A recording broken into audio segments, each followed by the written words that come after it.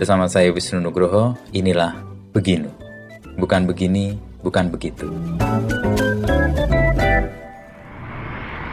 Halo pendengar setia Beginu, selamat datang di episode terbaru persembahan Kompas.com dan Media Podcast Network. Sebelum mendengarkan sesi episode kali ini, jangan lupa follow dan beri rating terbaikmu untuk podcast Beginu di Spotify, serta nyalakan notifikasinya supaya kamu bisa terinfo setiap ada episode terbaru. Follow juga Instagram, TikTok, dan Twitter kami di @medio by KG Media. Di episode ini, kita akan menyelami kisah perjalanan Leila Chudori, penulis di balik buku Laut Bercerita. Bincang-bincang Wisnu Nugroho dengan Leila Chudori menceritakan kisah di balik penulisan buku Laut Bercerita. Laut Bercerita merupakan buku fiksi yang mengambil latar di era reformasi Orde Baru. Uniknya, walaupun latar buku ini berada di masa lalu, banyak pembacanya berasal dari Gen Z. Penasaran dengan ceritanya? Yuk, langsung saja kita dengarkan lebih lanjut. Hari gini masih ketipu investasi bodong, masih susah atur keuangan, investasi, klaim asuransi, dan update isu finansial? Dengerin Podcast Cuan, cari untung bareng teman. Persembahan Media by KG Media dan Motion FM di Spotify.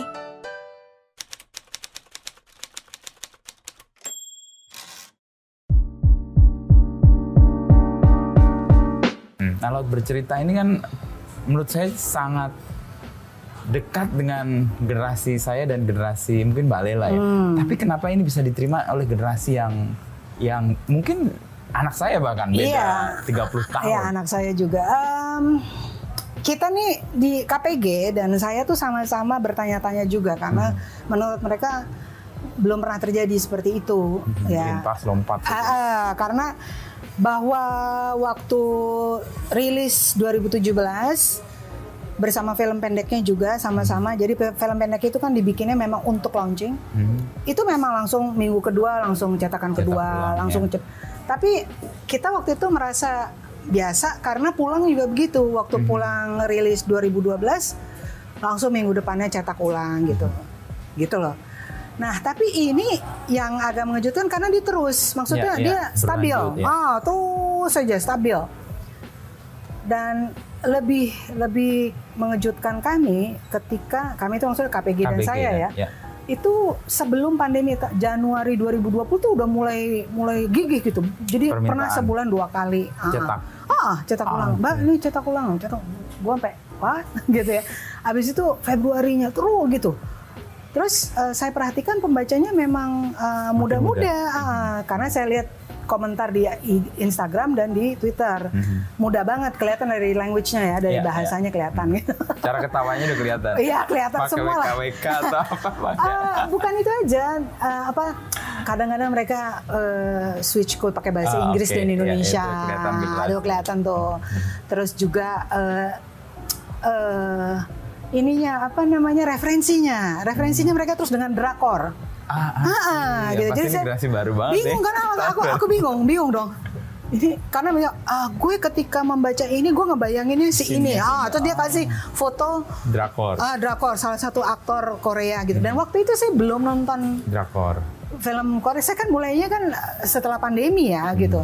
Kalau film Korea yang Bong Joon-ho segala macam lah ya, film-film yang menang-menang of course saya nonton, tapi drakor tuh belum. Jadi saya kok lautnya malah dapet ini saya jadi dapat ilmu baru. Wow gitu kan. Saya menyaksikan nama-nama aktor-aktris Korea yang rupanya lebih relate kepada generasi sekarang. Z gitu ya. Terus mereka kalau baca ini terus dengerin lagunya ini gitu. Kayak masuk banget. Itu lagu-lagunya saya nggak ada yang kenal gitu. What gitu. Sementara kan yang di situ kan saya lagunya Beatles ya kan.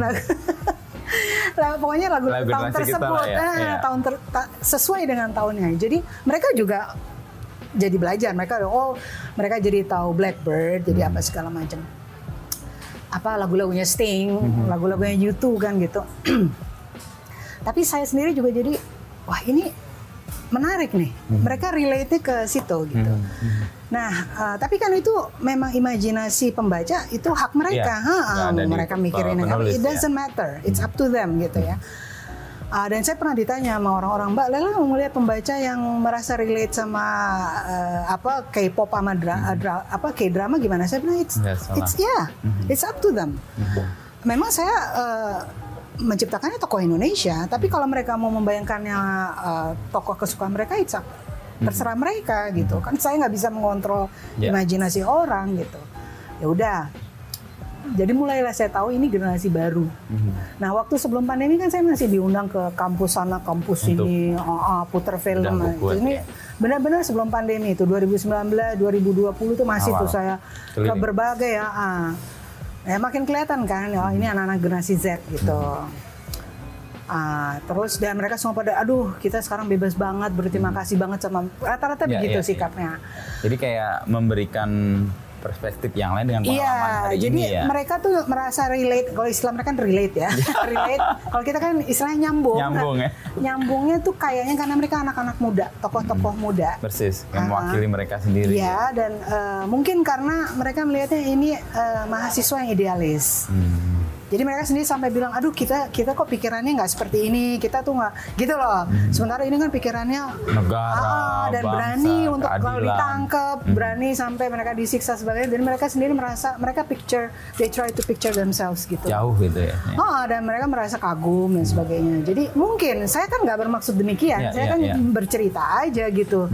Dan setelah melakukan riset wawancara dengan semua kawan-kawan yang menjadi survivor dari peristiwa penculikan, saya wawancara mereka, saya wawancara keluarga, saya pergi ke berbagai tempat, saya ke Solo, ke Jogja, saya melihat UGM, meskipun saya udah pernah berapa kali ke UGM, tapi I visited again untuk memastikan, untuk ada feel-nya aja gitu loh. Terus saya ke pasar-pasar di Solo untuk masa kecilnya si Laut itu kan saya gambarkan dia anak Solo. Lalu saya juga ke Pulau Seribu. Saya wawancara banyak aktivis, jadi itu kan semua kemudian membentuk sosok-sosok baru yang merupakan imajinasi saya gitu. Jadi it's simply storytelling aja untuk saya, storytelling untuk menyuarakan sesuatu yang nggak ada di buku sejarah. Iya. Gitu. Kan ada yang sering ngaitin ini kayak buku sejarah juga. Iya. Ada yang begitu, tapi kalau yang namanya fiksi sebenarnya nggak boleh diperlakukan sebagai buku sejarah, nggak boleh karena dia fiksi. Biar bagaimana banyak hal yang berdasarkan imajinasi kan. Gitu. Dan disambung-sambungin kan. Betul. Untuk kesempurnaan cerita. Namun memang vibe dan feeling dan kalau menurut Robertus Robert ya, salah satu aktivis di masa itu, sekarang dia dosen di UNJ ya. Dia di UNJ betul. Dia mengatakan bahwa bukan teksnya yang merupakan teks sejarah, tetapi feel-nya, vibes-nya dan mentalitas yang dikirimkan di buku ini spirit itu adalah zamannya gitu. Jadi rasa sedihnya, misalnya kan orang tua yang kehilangan, ya kan, kakak adik yang kehilangan atau kekasih atau istri atau suami yang kehilangan, itu terwakili gitu loh oleh buku ini. Jadi, menurut saya itu. Jadi tapi kita nggak boleh mengklaim ini buku sejarah karena semua fiksi sejarah tuh harus ingat kata fiksinya. Gitu. Meskipun Mbak Lela membuat novel ini dengan riset yang serius juga kayak akademik. Risetnya kan saya tuh benar-benar saya lakukan seperti halnya saya kalau melakukan riset untuk tulisan Tempo. Jadi kami di Tempo kalau bikin investigasi atau edisi khusus ya kan teman-teman pernah bikin edisi khusus Suji Tukul, edisi khusus macam-macam ya. Nah jadi itu kan melakukan riset dulu ya kan. Persis yang Mbak Lela lakukan untuk jadi novel tekniknya ini itu teknik yang saya lakukan, teknik jurnalistik. Jadi saya wawancara, tapi saya bilang dari awalnya ini saya mau nulis novel. Bukan untuk Tempo gitu. Mereka tahu dari awal, mereka tahu dan sama sekali tidak keberatan gitu. Bahkan mereka merasa ini harus disuarakan gitu. Berapa lama Mbak Lela proses untuk riset sampai kemudian imajinasi tokohnya terbentuk? Nah, ini akan memalukan karena lama. Kan saya masih ini klaim saya supaya saya kan masih full time bekerja sebagai wartawan. Jadi kalau Laut Bercerita mulai risetnya 2013. Wow, hampir 5 tahun ya untuk proses ya. Terus mulai menulisnya 2016. Selesainya 2017 gitu. Jadi pulang kan 2012 meluncur. tadinya saya menulis Namaku Alam yang merupakan prequel dari Pulang. Tapi terus saya stuck. Nah, saya stuck terus saya bilang sama Gramedia, sama KPG, saya bilang nggak bisa deh, gue nanti aja gitu. Oh, up to you, pokoknya nulis ya udah. Akhirnya saya belok lah ke laut ini. Laut. Tuh. Jadi 5 tahun research untuk mendapatkan imajinasi tokoh-tokohnya, baru setahun menulis itu. Iya. Mbak Lela kan 2016. ceritakan soal judulnya ini kan baru ketemu setelah Mbak Lela datang ke Pulau Seribu ya. Ini kan kuat banget nih, Laut Bercerita. Tadinya tuh saya lihat judulnya, ini cerita apa ya? Ternyata nama tokohnya itu. Itu justru kekuatan dan dia storytellingnya di situ ya. Kalau nama itu memang muncul belakangan ya. Jadi waktu ke Pulau Seribu, nama dia masih nama sementara. Saya udah tahu pasti saya akan ubah. Jadi emang dalam posisi saya masih pakai nama Layang Seta. Tapi saya merasa betul nih nama Wayang dan ini belum terlalu relate kepada nasib dia gitu loh, kepada perjalanan hidup dia. Jadi saya masih nih nanti harus ganti gitu. Nah, jadi sementara Layang Seta. Jadi saya udah mulai menulis pelan-pelan meskipun saya tahu biasanya kan kita udah nulis sampai berapa bab, balik lagi, rombak lagi gitu. Nah, itu masih pakai Layang Seta. Nah, lalu begitu kita ke Pulau Seribu, saya diajak sama penulis lain, Iksa Kabanu, Kurnia Effendi. Kita ke ini yuk, ke Pulau Seribu. Aku mau ngelihat bangunan Belanda gitu yang di Onrus. Ya. Wah, kebetulan karena saya habis wawancara Usman Hamid, dia dulunya Kontras sebelum dia dulu angkatan saya itu. Oh gitu. Dia kan ditugaskan Cak Munir almarhum ke Pulau Seribu. Gitu. Jadi ceritakan saya wawancara itu semua ada semua tuh di bab Pulau Seribu kan ada. Jadi saya oke, gue juga mau untuk melihat meskipun saya tahu itu semua udah nggak ada ya, tulang-tulang udah nggak ada, tapi just for the feel of it. Udahlah sih. Mas Banunya ngelihat apalah bangunan apa, gue ngelihat laut biru gitu ya. Ngelihat laut. Terus ya udah di situ saya merasa wah ini si laut ada di bawah sini gitu. Waktu itu namanya masih Layang Seta, itu di bawah sini. Udah. Jadi saya harus namain Biru Laut gitu. Terus judulnya juga ketemu di situ, Laut Bercerita. Ya. Tapi tokoh-tokoh yang muncul di situ, tokoh yang kuat kan si lain-lain itu kan kayak menggenapi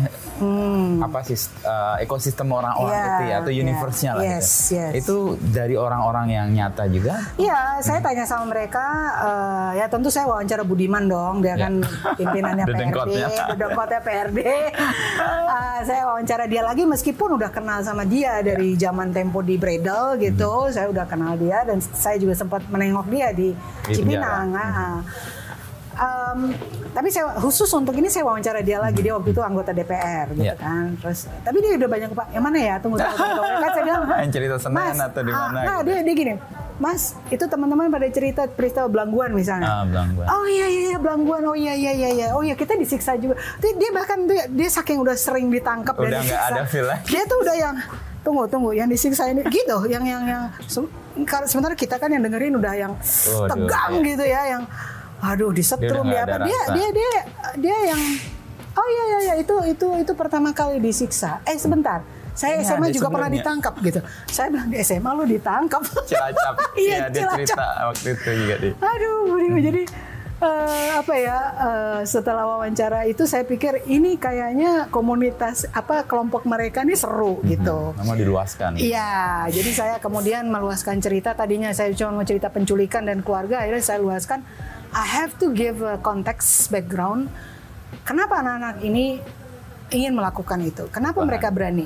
Karena saya pun yang 10 tahun lebih tua dari mereka.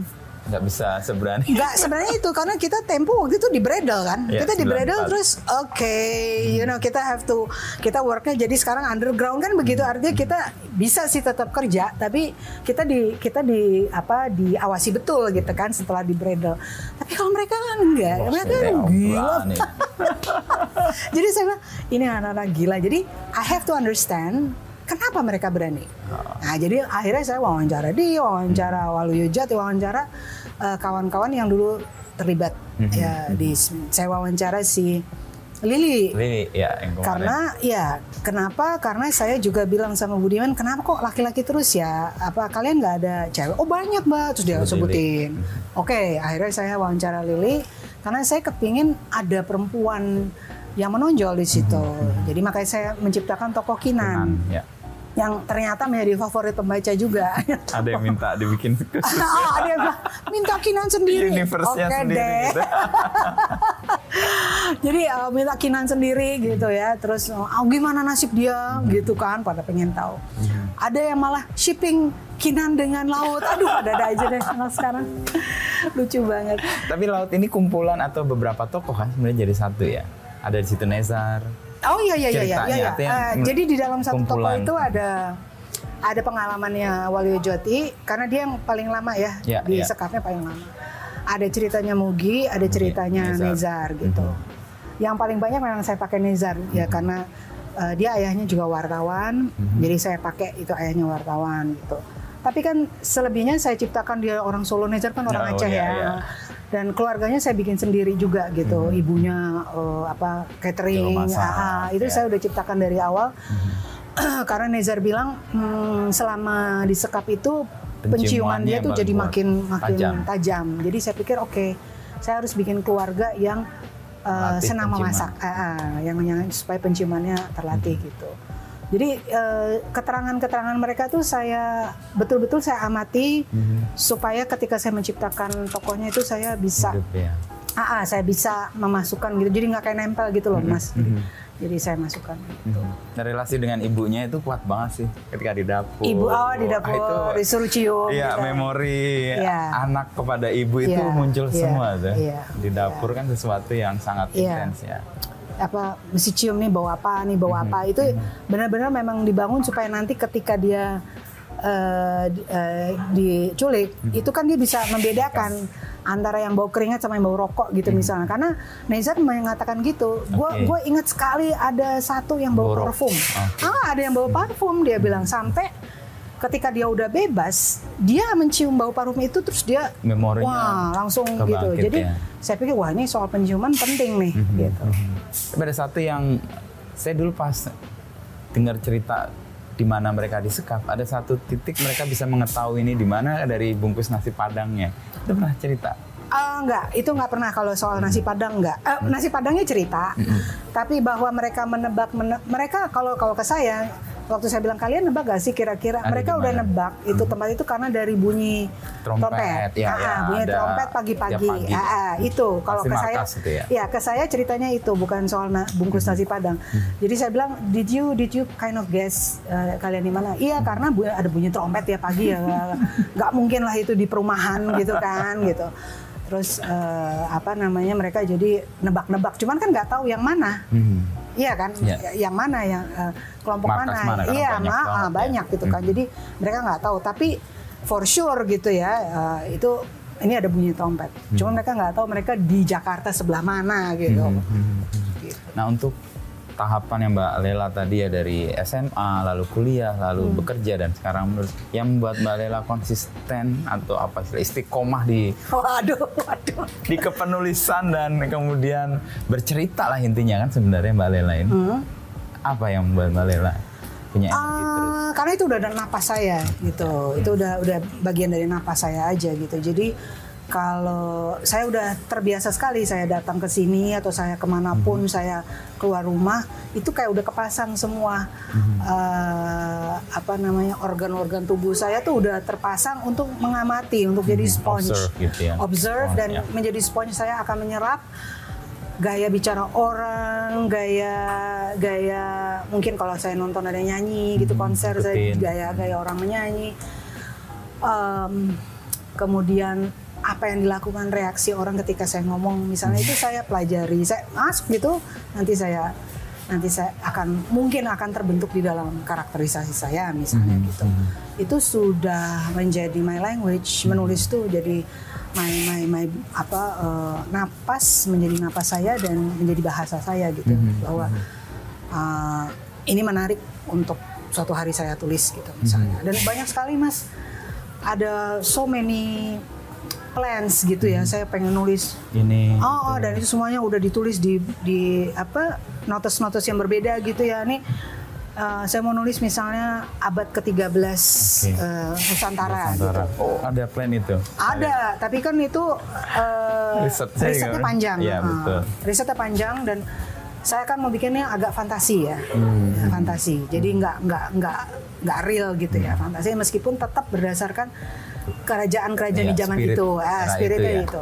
Terus ada lagi pengen bikin kumpulan cerpen, ada lagi kepengen masih soal 98. Bukan laut, tapi 98 yang lain gitu. 98 kan jadinya banyak ya.